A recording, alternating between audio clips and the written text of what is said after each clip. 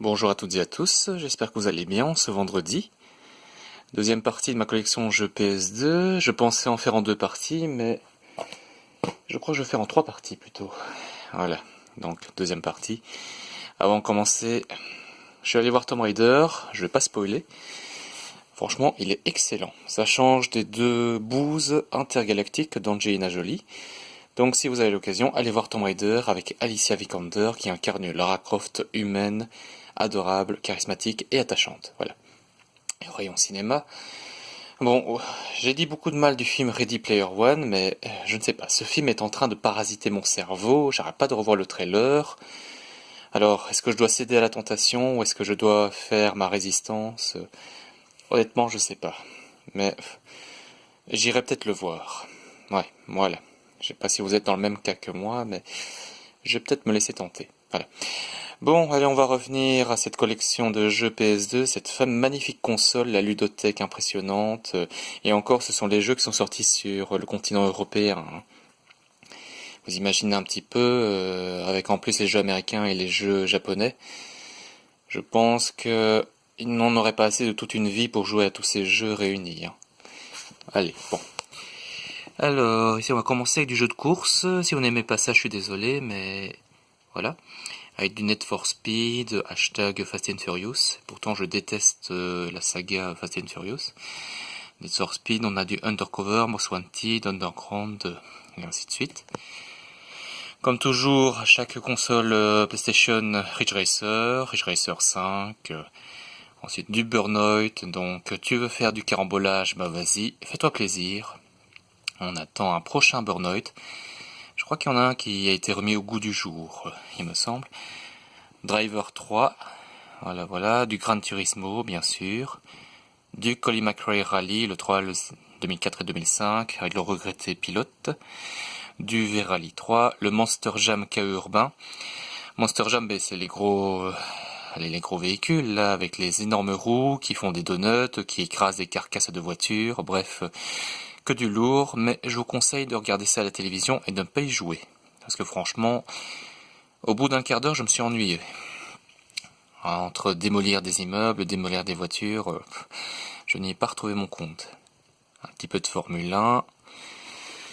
Maintenant, dans le rayon FPS, on a du Half-Life, premier du nom, du Medal of Honor, un petit Call of Duty 2 Big Red One.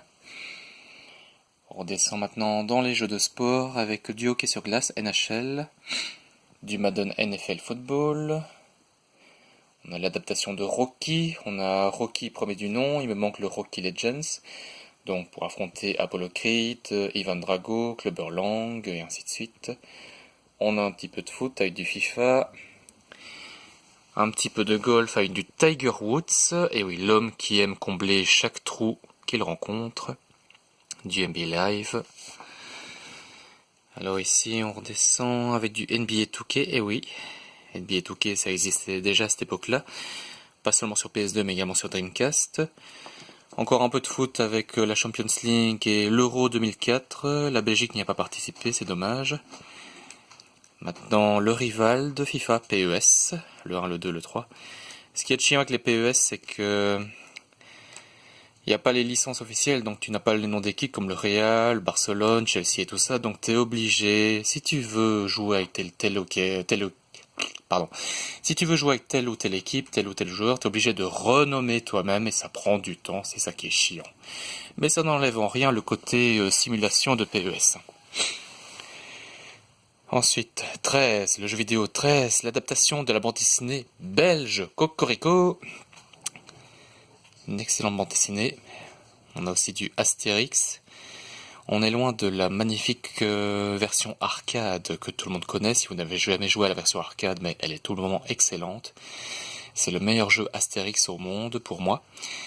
Astérix et Obélix XXL et XXL2, ben c'est pas mal, oui. C'est bon, si vous aimez Astérix, je vous les conseille. Ce que j'aime bien dans le deuxième, c'est qu'il y a des références à la culture geek. Comme par exemple le Tomb Raider, un Romain qui est déguisé en Lara Croft, et ainsi de suite, c'est plutôt pas mal. Les Simpsons, Simpson Road Rage, c'est Crazy Taxi version Simpson. Les Simpsons, le jeu, il est excellent. On a aussi des références à la culture geek. Ensuite, on a Beyond Good and Evil. On attend le deuxième épisode avec impatience. Il y en a un truc qui arrive là. Ça va, Luna? Alors, maintenant les adaptations de James Bond.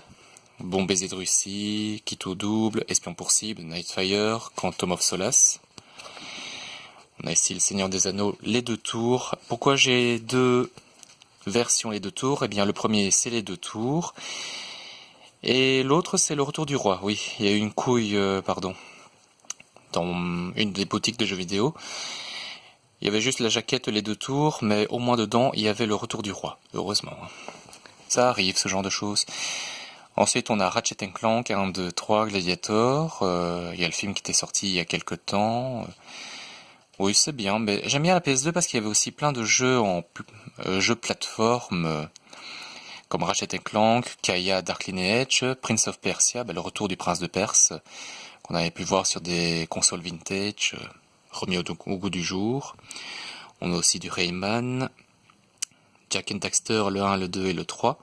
Le 2 est pour moi excellent, Jak 2 hors la loi, c'est la première fois qu'on entend parler de Jak. Il y a l'humour aussi, mais dans Ratchet & Clank, Jak and Daxter, il y a toujours de l'humour, un bon gameplay, de bons décors, oui, c'est un plaisir d'y jouer.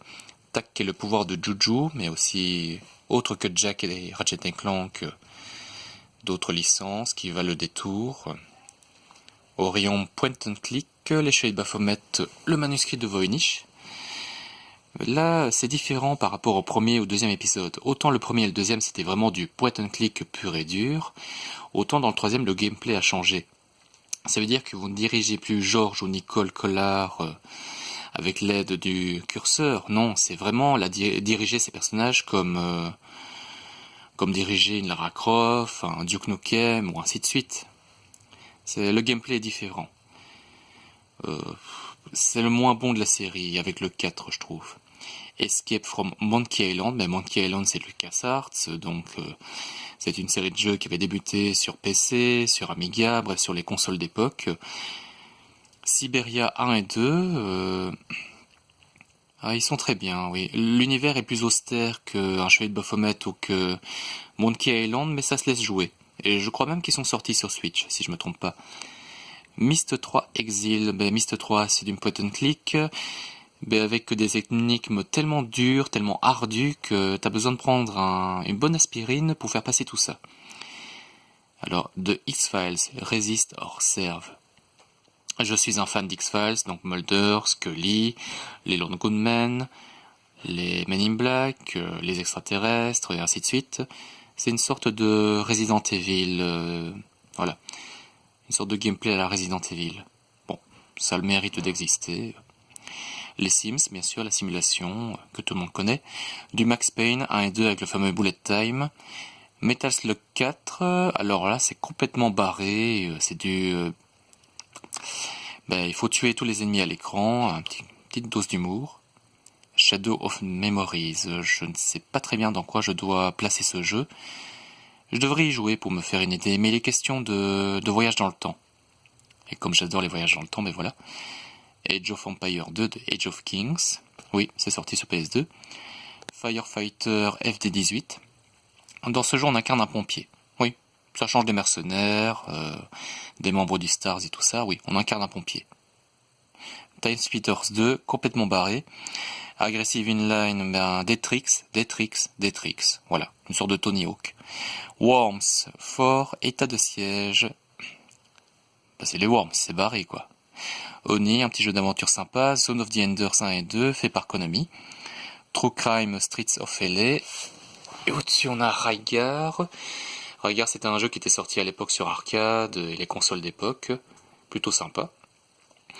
Et Metal Gear Solid 2, Sons of Liberty et Snake Eater. C'est Metal Gear Solid à la bonne époque, la grande époque d'Hideo Kojima. Que du lourd, que du sympa, que du agréable à jouer, et voilà.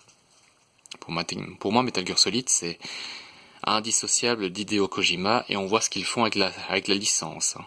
Déjà que Konami a eu la peau de Silent Hill, je crois que Metal Gear Solid va rejoindre Silent Hill dans le tombeau. Voilà, c'était ma deuxième partie des jeux PS2, ça a été un peu plus rapide. Que voulez-vous que je dise d'autre en disant NHL c'est du hockey, Madden c'est du foot américain, FIFA c'est du foot, PES c'est du foot, voilà quoi. Il faut aimer, désolé pour les personnes qui n'aiment pas les jeux de sport, mais il y a des équipes que j'aime bien et j'ai envie de me faire une petite idée sur ces jeux. Voilà, il y avait des jeux de course, jeux de sport, point and click, plateforme, adaptation vidéoludique, voilà. J'espère que ça vous a plu, il y en a pour tous les goûts. Je ferai la prochaine fois une vidéo sur la troisième et dernière partie de mes jeux PS2. Et après, je verrai. Voilà, salut, portez-vous bien, bon vendredi.